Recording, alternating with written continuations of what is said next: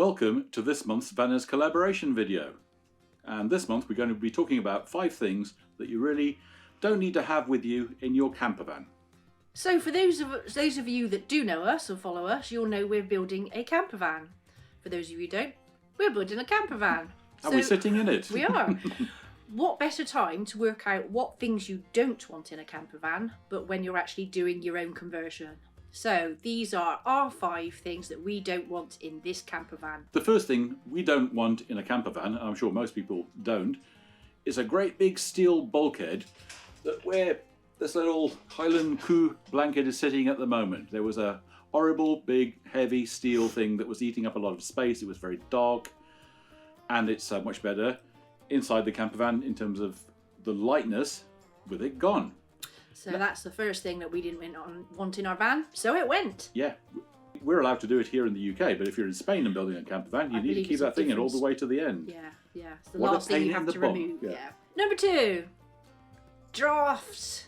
Who wants to live in a drafty old van? Not us. No, that's something you can definitely do without. Now, in this particular van, we had a lot of screw holes in the bottom, so that meant fiberglass in over every single one. Yeah, some of them were more than just your average old screw holes. There were some, probably 10mm bolt holes. There was a hole like that for some kind of a pipe for a... The van used to be a tyre and battery fitting service van, so there used to be some heavy duty equipment bolted to the floor. So I understand why there's lots of holes. But I'm thinking there's something that went through all the way to the road to keep the thing stable, whatever it was. We didn't want those, so now they're gone. The holes are gone. Rattles and jingles and vibration, road noise. Biscuit tin road noise. Ugh. Yes. Makes you think you've got a bumblebee going around in your head. Yes.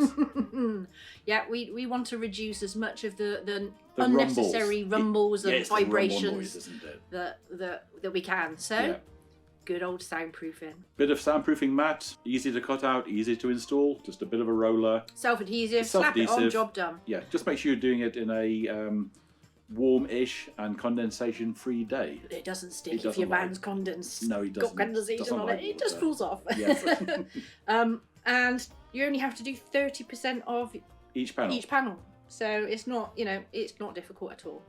It's not super expensive, but we've noticed from driving around, it's a whole lot better. Yeah, definitely. Even though we haven't got the cladding or anything else in yet, it's still a big difference in the noise levels. It's a difficult thing to represent on camera. It is. You can't really hear the difference. I mean, you hear people like knocking on that and then knocking on a panel that's been... Yeah. You can kind of hear it, but you need the whole kind of thing. Yeah. In real life, it's super obvious. Nasty Niffs. Who wants nasty Niffs in a van? You're not coming in. You can stay outside. Had a shower today or this week. Yeah, we don't want nasty Niffs, and most nasty Niffs come from cooking. So we have installed 2 ceiling fans. Yeah, so there's one right above us right now. Obviously, which will be in the kitchen area. And then the other nasty Niffs will come from the byproducts of cooking. Will be eradicated in the bedroom area. No baked beans and sprouts in this van. See, we've got another one at the back, so we can do the through draft. We've got windows, etc. Yeah. So a window each side of us that opens. We've got a window that's going to be on the foot end of the bed that opens. And so also it gets rid of nasty Niffs, but also it will keep us cool. In those 2 or 3 days in the summer. It will keep us even cooler in winter. That you could do with a bit of flowing air. Yeah, without opening the doors. Our dogs are fairly naughty, and an open door is an invitation just to be naughty. So without 2 dogs in the van, the doors will be closed. The last thing that we're going to talk about today that you don't want in your camper van is rust. Nah.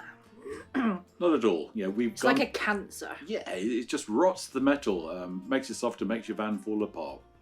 So what we've done is had a good look everywhere, and we have anything that already shows signs of rust. We've put what was that stuff? Crust or Q-rust. Yeah. You put it on and it kind of... It chemically changes the rust back into metal and provides a surface that you can then paint over. Any holes that we've made sure... Sorry, I thought the van door was going to hit the kitchen window then. It just blew open with the wind. It's very windy down here. Any holes that we've made sure that we've put hammerite paint around to protect that from rust. We've got a particularly rusty area down on the door. Yeah, that's going to need a little bit of attention before we can say it's finished. So we'll probably sand that back, then we'll crust it, and then we'll hammerite it, and then we're going to put a bit paint. of a bit of carpet, I think, a bit of rubberized carpet down there. Oh right, yeah. Okay, yeah. You know what I'm talking about? The stuff we're going to put in the garage. Yeah, the penny matting. The penny matting or the hex pattern or the so even though there was no bad rust on here, and even inside the van, you know, we still made sure that we treated it, because if you look after your van, then it's going to last. Yeah. So yeah, we don't want any rust. So that's our 5 things that we don't want in our camper van. If you've got any ideas, then please leave them in the comments below. And remember, this video is part of a collaboration. If you're looking for other ideas of things that you don't want in your camper van, caravan or motorhome, why not look at the other contributors' videos? They'll appreciate it as much as we would. Thanks for watching. Thank you very much. Bye.